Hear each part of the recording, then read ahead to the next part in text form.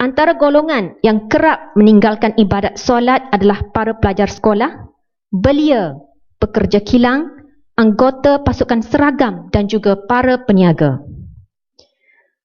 Saya kemukakan juga hasil kajian Muhammad Yaakob atau Zulkifli bin Haji Muhammad Yusuf dan Saidi bin Muhammad pada tahun 2008. Kajian ini dibuat melibatkan 4 buah sekolah menengah di bandar dan juga 4 buah sekolah di luar bandar di sebuah negeri.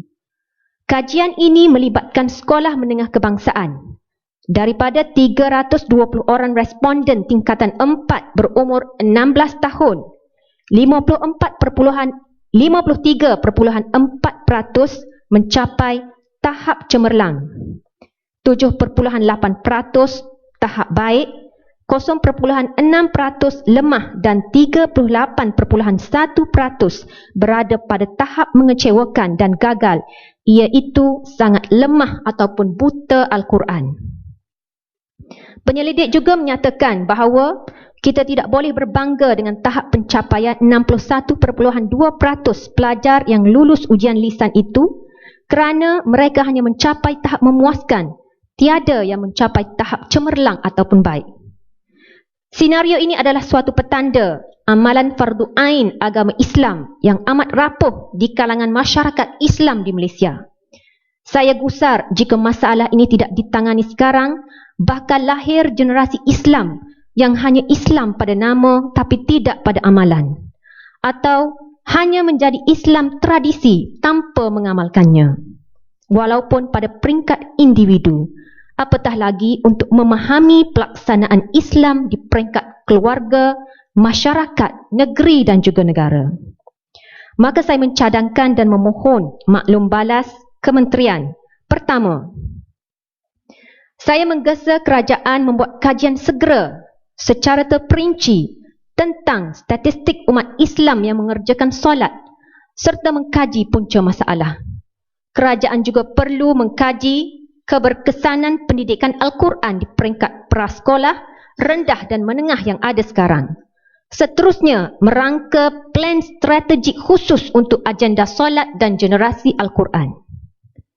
Kedua, firman Allah, Inna salata tanha 'anil fahsya'i wal munkar. Salat itu dapat mencegah daripada keburukan dan kemungkaran. Maka saya mencadangkan kerajaan mengagendakan pemerkasaan pemberdayaan solat sebagai suatu kaedah pencegahan untuk membenteras dan mengurangkan masalah sosial seperti jenayah rasuah, penagihan dadah, anak tak sah taraf, seks bebas dan sebagainya. Jika diteliti, masalah sosial sebenarnya berpunca daripada kurang amalan agama dan masalah sosial amat berkait dengan masalah hati atau jiwa yang lemah dengan pengaruh duniawi. Masalah hati ini hanya dapat diselesaikan dengan pengubatan hati, yakni melalui solat. Solat juga adalah merupakan terapi jiwa bagi umat Islam 5 kali sehari. Ketiga, memberdaya solat dan Al-Quran melalui sistem pendidikan. Kerajaan perlu mengkaji ke arah menjadikan subjek pendidikan agama Islam sebagai subjek teras dan wajib lulus dalam UPSR, PMR dan SPM. Sukatan subjek ini juga boleh dikaji semula, terutamanya bagi menjadikan subjek pendidikan agama Islam juga boleh mewujudkan semangat cintakan negara dan perpaduan kaum selain daripada melalui mata pelajaran sejarah dan bahasa Melayu.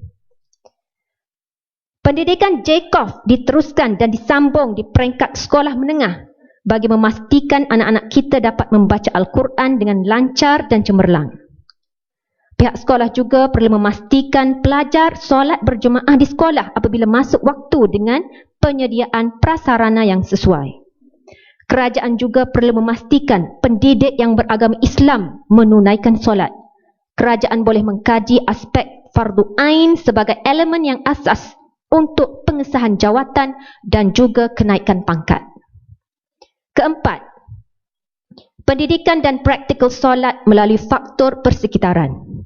Kajian akademik oleh Al-Kumayi pada tahun 2009 mendapati terdapat 3 halangan dalam melaksanakan ibadah, iaitu malas yakni kasal, lemah fikiran, futur atau tidak mempunyai tekad yang kuat kerana terpengaruh dengan kehidupan dunia, dan bosan iaitu malal, iaitu cepat merasa bosan melakukan ibadah.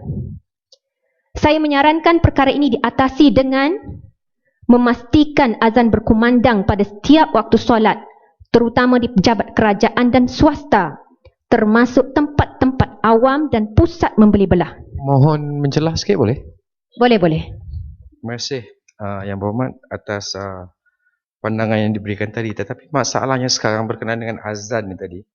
Kita tahu sejak kebelakangan ni, terutamanya dalam kaedah suasana politik kita, ada pihak-pihak tertentu yang cuba menjadikan suara azan ni sebagai satu masalah, terutamanya yang melibatkan katanya hak asasi manusia dan sebagainya. Jadi bagaimana pendapat YB sendirilah bila keadaan ini sekarang sudah semakin menular dan mereka menganggap suara azan ini sebagai satu gangguan daripada sebagai satu gangguan untuk mereka, terutamanya kaum-kaum yang bukan Islam. Terima kasih. Adakah azan dianggap sebagai suatu gangguan bunyi? Kalau gangguan bunyi, kita boleh merujuk kepada Jabatan Alam Sekitar yang telah pun menetapkan berapa desibel untuk di kawasan-kawasan tertentu. Azan yang dikumandangkan hendaklah menepati desibel yang telah ditetapkan oleh Jabatan Alam Sekitar. Yang kedua, adakah azan dianggap sebagai suatu yang sensitif? Sekiranya dianggap sebagai suatu sensitif, saya menganggap kita sebagai masyarakat Muslim juga mempunyai hak asasi. Kita ingin hak asasi kita sebagai masyarakat Islam, kita mendengar azan 5 kali sehari. Itu hak Muslim. Itu jawapan saya. Dan seterusnya, kerajaan perlu memastikan pendidik yang beragama Islam menunaikan solat. Keempat tadi, pendidikan dan praktikal solat melalui faktor persekitaran. Memastikan azan berkumandang pada setiap waktu solat, terutamanya di pejabat kerajaan dan swasta, termasuk tempat-tempat awam dan pusat membeli belah. Satu pujian kepada lapangan terbang Subang kerana mengumandangkan azan setiap kali masuk waktu solat. Tetapi masih tidak dibuat di LCCT dan juga KLIA. Saya mencadangkan peringatan waktu solat dengan mengumandangkan azan dilaksanakan di stesen-stesen pengangkutan seperti stesen LRT, komuter dan sebagainya. Memastikan terdapat papan tanda atau skrin peringatan solat di tempat tumpuan awam sebagai suatu mesej yang mudah dilihat dan sentiasa menjadi peringatan kepada hati. Saya menyarankan peringatan waktu solat di TV dan radio hendaklah secara memperdengarkan azan, bukannya membaca kelebihan solat, kerana azan itu adalah suatu syiar dalam Islam. Penyediaan ruang solat yang mencukupi bagi menampung jemaah untuk solat berjemaah, terutamanya di pejabat kerajaan, swasta, pasaraya, restoran dan sebagainya. Saya menyeru terutamanya Dewan Bandaraya dan PBT lain agar memeriksa dan menguatkuasakan sepenuhnya yang telah termaktub dalam undang-undang kecil, iaitu tugas majikan memastikan penyediaan ruang yang mencukupi dan selesa bagi memastikan pekerja beragama Islam dapat solat sempurna. Pekerja juga perlu diberi ruang masa secukupnya untuk mengerjakan solat. Terutamanya saya tekankan jika bekerja pada waktu maghrib, kerana waktu maghrib adalah waktu yang paling singkat, iaitu lebih kurang sejam sahaja. Dewan Bandaraya dan PBT hendaklah memastikan restoran-restoran, terutamanya restoran makanan ringan, makanan segera, menyediakan pekerja yang mencukupi pada waktu maghrib pada bulan Ramadan, kerana mereka mesti bergilir-gilir untuk menunaikan fardu solat. Saya perhatikan, saya berada di KL, saya berbuka di restoran-restoran, saya memerhatikan dan saya yakin ramai pekerja-pekerja yang beragama Islam tidak sempat solat maghrib. Kerajaan juga perlu mengkaji jalan-jalan yang sesak pada waktu maghrib dan boleh memberi peringatan di papan tanda, radio, skrin digital, mencadangkan surau dan masjid berdekatan untuk membolehkan para pemandu dan penumpang berhenti rehat dan solat. Bukan setakat di highway, malah dalam kawasan pusat bandar yang sentiasa sesak. Pemimpin juga adalah faktor persekitaran. Kepimpinan melalui tauladan. Semua wakil rakyat beragama Islam mesti melepasi ujian saringan solat dan Al-Quran sebelum layak untuk bertanding. Begitu juga dengan pegawai-pegawai kerajaan, peringkat pengurusan dan profesional. Mereka mesti menunjukkan ciri seorang Muslim yang pertama, iaitu mesti solat. Rumusannya, selain pendidikan dan kesedaran rakyat, kerajaan perlu memastikan keadaan persekitaran yang kondusif bagi merangsang dan memotivasikan rakyat menunaikan solat. Tan Sri Yang di-Pertua, saya menyambut baik titah diraja yang menyatakan agar program Tahun Malaysia 2014 dapat memupuk budaya dan amalan positif yang dapat memikat hati pelancong. Saya ingin membawakan 3 senario. Pertama, saya telah terjumpa dengan seorang pemuda di Kota Baru yang membawa ramai pelancong asing. Beliau berpakaian seperti pelancong asing, malah bersubang dan bertatu. Saya mengagak beliau adalah pemandu pelancong, tetapi masih boleh bercakap Melayu. Saya bercakap dan bertanya, adik berasal daripada mana? Dia kata, dia berasal daripada Pulau Perhentian. Yang kedua, saya telah pergi ke kawasan pelancongan pesisir pantai yang merupakan perkampungan Melayu seperti Cerating, Teluk Cempedak, Pak Dixon dan Langkawi. Saya dapati terdapat banyak kedai makan dan restoran di kawasan ini. Selain menjual makanan, kedai ini juga menjual minuman beralkohol dalam tin dan botol seperti Guinness, Stout dan sebagainya. Penjualnya dan pelayannya tentu sekali kebanyakannya adalah orang Melayu beragama Islam.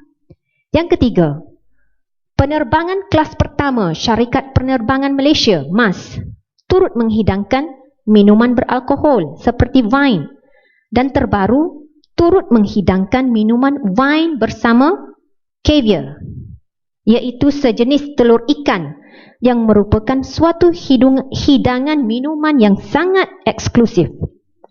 Prinsipnya, kita ingin menerima seramai mungkin tetamu dari negara luar dan memperkenalkan budaya masyarakat kita. Dan kita ingin menerima kesan positif dengan kehadiran mereka. Pelancong pula ingin melihat dan hidup dalam budaya dan tradisi masyarakat setempat yang berbeza dengan budaya dan tradisi mereka. Namun, dengan senario di atas, kita melihat kita tidak mengekalkan ciri asli budaya tradisional kita, malah menyerap pengaruh budaya negatif daripada mereka. Persoalannya, adakah kerajaan mengkaji kesan pelancongan terhadap sosio-budaya masyarakat setempat, terutamanya masyarakat di kampung-kampung? Apa langkah kerajaan untuk memastikan masyarakat kampung setempat tidak menerima pengaruh negatif pelancong asing, seperti meminum minuman beralkohol dan juga pergaulan bebas? Tan Sri Yang di-Pertua, seterusnya saya ingin menyentuh tentang pembangunan wanita dan keluarga. Saya ingin merujuk kepada kemalangan yang menimpa keluarga Nur Zatusi Hazwa binti Abdul Rahim pada 18 Julai lepas yang telah mengakibatkan kematian anaknya Nawal Iris binti Syamsuddin berusia 3 tahun. Saya yakin kemalangan ini telah memberi tekanan yang sangat hebat kepada keluarga mangsa, khususnya ibu mangsa, yang sehingga kini mengalami masalah kemurungan. Kita soroti sedikit fakta kejadian supaya kita merasa lebih empati. Ibu mangsa adalah seorang guru di sebuah sekolah menengah. Suaminya sedang bekerja outstation selama 2 minggu. Maka beliau terpaksa menguruskan anaknya 3 tahun dan 5 tahun berseorangan, termasuk menghantar anaknya kepada pengasuh sebelum pergi ke sekolah. 3 hari sebelum kejadian, anaknya berada di rumah Adiknya berada di rumah untuk mengasuh dan selama 3 hari beliau tidak menghantar anaknya ke rumah pengasuh. Pada hari kejadian, beliau bergegas ke sekolah untuk menghadiri mesyuarat dan terlupa menghantar anaknya ke rumah pengasuh dan seterusnya tertinggal anaknya di dalam kereta. Dalam hal ini, kerajaan perlu mengkaji punca masalah dan mencadangkan penyelesaian kerana saya yakin di luar sana terlalu ramai ibu-ibu bekerja yang menghadapi rutin harian yang sangat sibuk. Tidak ada masa langsung untuk berehat dan tidak mustahil perkara ini mungkin berulang. Pendekatan melalui hukuman adalah suatu pendekatan terakhir kerana saya yakin dalam kes ini si ibu telah mengambil langkah sepatutnya untuk menempatkan anaknya ke rumah pengasuh, tetapi disebabkan tertukar rutin harian, beliau terlupa sehingga menyebabkan kematian. Saranan saya kepada kerajaan. Pertama, kerajaan perlu serius menyediakan pusat asuhan kanak-kanak di tempat kerja. Sama ada kerajaan, sama ada pejabat ataupun bangunan kerajaan maupun swasta. Ibu bapa kadang-kala tidak menghantar anak ke pusat asuhan sedia ada yang telah disediakan oleh kerajaan kerana ia tidak mencapai tahap perkhidmatan yang memuaskan. Saya menyarankan agar kerajaan menyediakan pusat asuhan kanak-kanak bertaraf first class, seperti mana kita mensasarkan kemudahan-kemudahan lain yang juga bertaraf first class. Saya yakin pelaburan ini adalah suatu pelaburan jangka panjang yang sangat menguntungkan. Dr. John Medina, iaitu seorang pakar perkembangan kanak-kanak, dalam bukunya bertajuk Brain Rules for Baby mengatakan, if we as a country wanted a smarter population, we would insist on lactation room in every public establishment. Beliau menekankan tentang kepentingan penyusuan ibu di peringkat awal usia kanak-kanak. Sekiranya pusat asuhan kanak-kanak dapat disediakan di tempat kerja, ini membolehkan para ibu menyusu anak dan akan lahir generasi akan datang yang lebih intelek. Penyusuan ibu juga menjadikan tubuh seseorang mempunyai antibodi yang kuat dan sihat. Dan ini terbukti, dan antibodi yang lahir daripada penyusuan ibu yang cukup dapat melawan kanser. Mereka juga mempunyai emosi yang stabil kerana hubungan erat kekeluargaan. Sebab itu saya katakan pelaburan ini adalah suatu pelaburan yang sangat hebat. Pelaburan yang mampu membina negara dan juga masyarakat yang lebih sejahtera. Kedua, penyediaan perpustakaan kanak-kanak berkonsepkan taman permainan di pasaraya besar. Kita banyak mendengar kes kehilangan anak di pasaraya, sehingga ada ibu-ibu yang terpaksa menjadi kreatif, mencipta tali yang boleh mengikat tangan dan tangan anak supaya anak tidak berjalan jauh. Antara rutin keluarga adalah membeli belah dan kita khawatir risiko kehilangan anak. Namun, kita tidak boleh sama sekali meninggalkan anak-anak kecil di rumah tanpa pemantauan. Saya mencadangkan perpustakaan atau taman permainan perpustakaan ini dijadikan projek community service oleh syarikat secara percuma kepada masyarakat. Ianya pasti mampu menarik ramai pelanggan dan memupuk budaya membaca sejak kecil. Ketiga, saya mencadangkan supaya kerajaan melihat dan mengkaji semula polisi berkaitan suami isteri yang tinggal berjauhan kerana masalah tempat kerja. Saya difahamkan telah ada polisi bahawa pasangan ini, terutamanya yang mempunyai anak, akan diletakkan berdekatan dalam tempoh 2 atau 3 tahun. Tapi saya mohon kerajaan mengkaji semula tempoh masa ini dan juga memastikan pelaksanaan kepada polisi ini, kerana saya dapati beberapa pasangan yang masih lagi tidak boleh duduk berdekatan, bekerja berdekatan walaupun telah berjauhan lebih daripada 3 tahun. Ya, panjang lagi ke? Sikit lagi. 2 minit. Okey. Keempat, saya menyokong waktu bekerja fleksibel yang telah dilaksanakan. Seterusnya saya mencadangkan agar Bagi bulan puasa, kaum ibu dibenarkan pulang awal sejam dan diganti dengan kerja daripada jam 1 hingga 2. Mereka hanya boleh berhenti untuk tujuan solat zuhur sahaja.